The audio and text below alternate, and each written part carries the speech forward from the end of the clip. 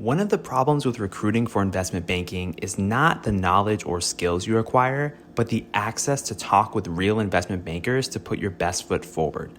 Our sponsor, WSO Academy, can provide those connections with 60 head mentors who are finance professionals at top firms like Goldman, Centerview, and JP Morgan. Imagine being able to get on the phone within 24 hours with one of the Academy's 1,300 mentors right before a critical interview. Get on the waitlist for WSO Academy today by clicking the link in the show notes or by visiting wallstreetoasis.com/academy.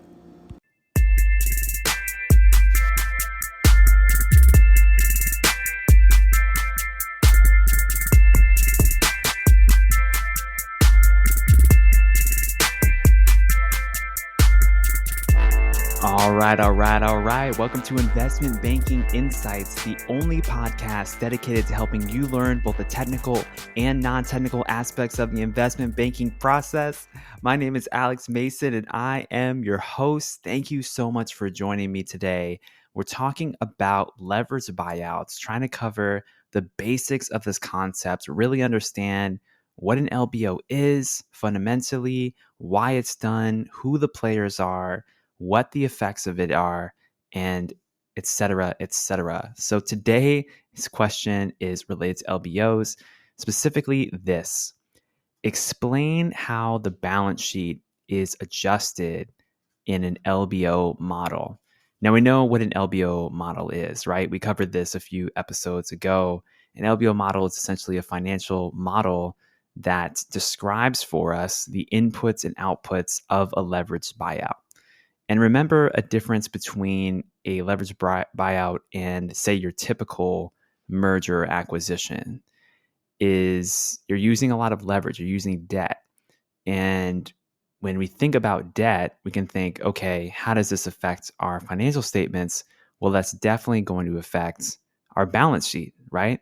Our balance sheet, remember, has three components.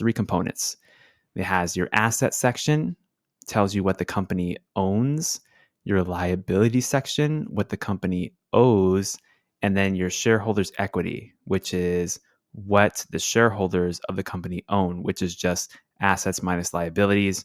Or take it all the way back to the very beginning of this show where we talked about the basic equation of accounting: assets equals liabilities plus shareholders' equity, just another way to describe it. So when I'm thinking about answering this question, I'm thinking, okay, let's approach this systematically because we're talking about the balance sheet. We can go through these one by one in order to understand what happens to each component of the balance sheet when creating an LBO model. So first and foremost, assets. Let's look at the assets. How would the asset section be affected by an LBO? Well, remember that in an LBO, a private equity firm is going to use a lot of debt, but they're also going to put in some of their own equity into the deal. And so what that's going to do is it's going to increase the cash line item in the asset section of the balance sheet. So cash is likely to increase. And then we can also increase our goodwill and other intangibles because it's also likely that when the PE firm buys this company, they're not just going to pay the book value for it. They're going to pay above that. So that additional premium above quote unquote fair market value is reflected in both the goodwill as well as other intangibles that are on the asset side of the balance sheet. So that's the asset section. In the liability section, this I think is the most obvious one.